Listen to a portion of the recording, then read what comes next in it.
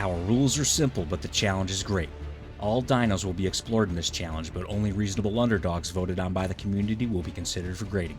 Equipped with official server cap saddles, our 19 contenders will be backed by the commanding presence of a loyal Uteranus providing that extra boost. All competitors will go into battle with food to provide a healing effect. Herbivores will have plenty of sweet veggie cakes, and carnivores and omnivores will have cooked meat. It's important to note that tames in this series aren't typically used during boss battles because of the amount of mutations you need to make them competitive. But all dinos competing will have around 23,000 health and 1200% melee. This will give them all a fair shot at defeating at least one of the guardians. It won't always be feasible to reach these stats depending on the dinos I'm using, but I'll let you know the amount of mutations and levels it took in order to reach it. All competitors start out with 50 base health and melee and 40 points in everything else before I apply mutations and experience levels. You can decide on your own servers if the juice is worth the squeeze. Competitors are required to fight the Megapithecus, Broodmother, then Dragon on all difficulties, starting with Gamma, then Beta, finishing with Alpha. Their success will be annotated on this scorecard with a pass-or-fail system. Clearing all the bosses earns them a gold boom medal. Silver is awarded for clearing Beta, bronze is for clearing Gamma, and the chunk of shit is for an unworthy performance. Once all expansion creatures are finished, the gold medal winners will test their strength against the Overseer for the finale. Now let's introduce our competitor and see if they have what it takes. Morellatops. One of the most valuable tames on Scorched Earth, this humpy herbivore is typically a coward unless it's nearby others of its kind. The under camel makes a great water source and a fantastic berry harvester.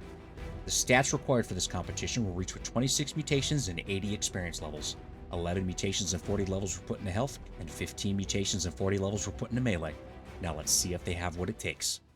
Green portal time means it's go time for the greatest series on YouTube, baby. The under camel is prepared to lurch into the Gamma Megapithecus arena and throw down with some monkeys. The damage isn't the greatest, and their secondary stomp attack actually doesn't do any increased damage. The attack speed is pretty average as well, and since they're herbivores, they're going to take the aggro from the bosses. This tells me immediately that I'm not going to be able to use their large collision boxes to block the dangerous Broodmother. And I'd have to hope their veggie cakes can keep them alive long enough to suffer through the dragon's fire. The Gamma Megapithecus proves to be no match though, and the under camels get an easy pass. The Gamma Broodmother is up next, and my first thought, for such a girthy girl, the Morellatops moves pretty quick, but their turning radius is complete ass. Oddly enough, I actually think that it helps a few of them flank around and get to the opposite side of the Broodmother's attacks. Their size also makes them stay far enough back so that they don't get hit by her when they're behind her. If you've seen previous episodes, you'll know that some of the smaller creatures actually go under the Broodmother's belly and can get hit from her attack even if they're technically behind her. This problem doesn't affect the under camel, and they're able to earn another easy pass. The Gamma Dragon is up next, and the fire can typically ruin your day even on the Gamma level, but the camels have a secret weapon: veggie cakes. As I've stated in the intro, all competitors get food that provide a healing effect. In the case of an herbivore like the Morellatops, that's going to be them sweet, sweet veggie cakes made by Chef Boomsmith himself. The veggie cakes actually keep herbivores alive for quite a long time, and every herbivore on every episode is coming to every fight with 2 stacks of the good stuff. The under camels are able to put the Gamma Dragon down while taking minimal damage overall thanks to them cakes, and they get a solid pass, clearing the Gamma stage. Blue portal time means beta time, and the Beta Megapithecus is up next. We don't often see the Megapithecus beat a competitor, but it has happened in the past. He's a very easy boss to take out, but you need to make sure your positioning in the Megapithecus arena is adequate. If you fight near the inner cliff face, then you could easily lose this fight due to the knockback. And the under camel actually gets knocked back relatively easy in these fights. I typically like to pin the Megapithecus down against the invisible wall near the spawn because it's a safe location and ensures he's under control for the most part. At least before you fight the psychotic alpha monkey that runs like an Olympian on meth.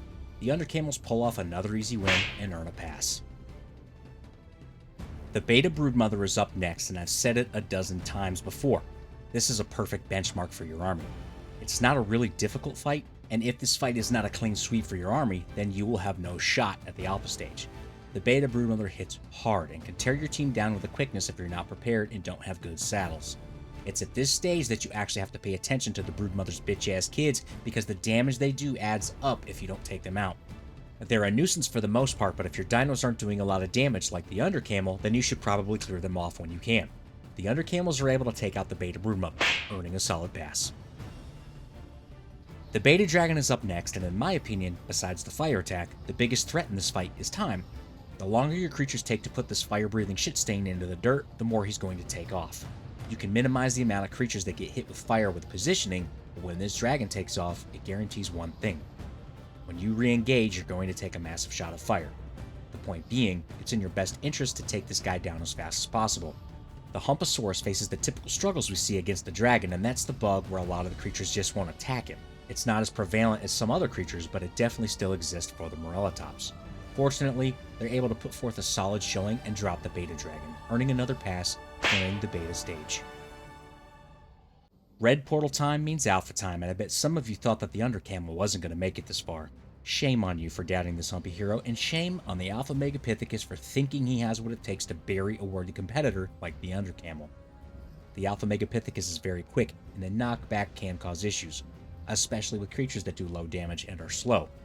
Once again though, the veggie cakes earn their worth, and the undercamel is able to outlast the alpha monkey and put him and his cadre of monkeylings into the ground, earning a solid pass. I'm still not over Mama Broods and what she made me do last time. I've had to cuddle Commander Utes and stroke his oddly sticky hair on his forehead to calm him down before nap time.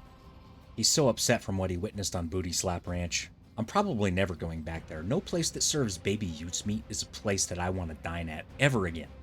Speaking of dining, Mama Broods texted me and said that if I don't like to eat Utes meat, then maybe I should come over and eat her ass instead. Look, I'm all for a good time, and I think I got my revenge last time with my Dinosuchus army, but I wasn't about to come back to her cave for something as tempting as casual booty chomping. No way. Not this guy. So I found my way into her cave. I mean, I've never claimed to be smart or have the ability to withstand temptation from a heavenly booty like the Alpha Broodmother's toting around. Unfortunately, it was a trap, of course, and Commander Utes was the last to go. And he let out a slight whimper as he died yet again, knowing he's inevitably going to be resurrected and lose more brain cells as a result. After he dropped, I made my way over to the pound puddle, where Mama Broods and I usually get busy. That's not water, by the way. And she spit webs and acid all over me, handing the undercamels their first fail. The Alpha Dragon is up next, and I knew coming into this fight that it's going to be a close one. Losing to the Alpha Broodmother is one thing, but you can come back from it and still beat the Alpha Dragon depending on what creatures you're using. The Alpha Dragon can be pretty easy if you have small creatures because if they can get close enough to his dragon toes, then they can output lots of damage, all while taking none in return since Fire Breath and Bite is outside of where they're located. This isn't the case for the Morellatops, and they actually take a lot of damage in this fight. I make a lot of mistakes and wind up getting Commander Utes killed. He burns to death, which is kind of his trademark way to go. You know those old Minecraft stuffed animals that flip inside out? The ones where it's a cow, but if you turn it inside out, then it's a steak, or it's the pig, and if you turn it inside out, then it's a pork chop. If this channel ever gets big, then I'm having a Commander Utes plush made, where if you turn it inside out, then it becomes Commander Crispy, a deep-fried burn victim version of Commander Utes. Hell yeah. Oh, and wouldn't you know it, the Undercamels pull off a win against the Alpha Dragon, earning a pass. Heading over to the scoreboard, the Undercamels are awarded a silver boom medal for clearing the beta stage. Time and time again, I am surprised by creatures in this series, and the Morellatops is no exception. These are egg-laying creatures, so with more mutations, you can definitely use them for boss fights and even beat the Alpha Broodmother if you have more health. I'd like to thank everyone for your support of this channel, especially for those of you who were around before the Underdog Boss Battle series started.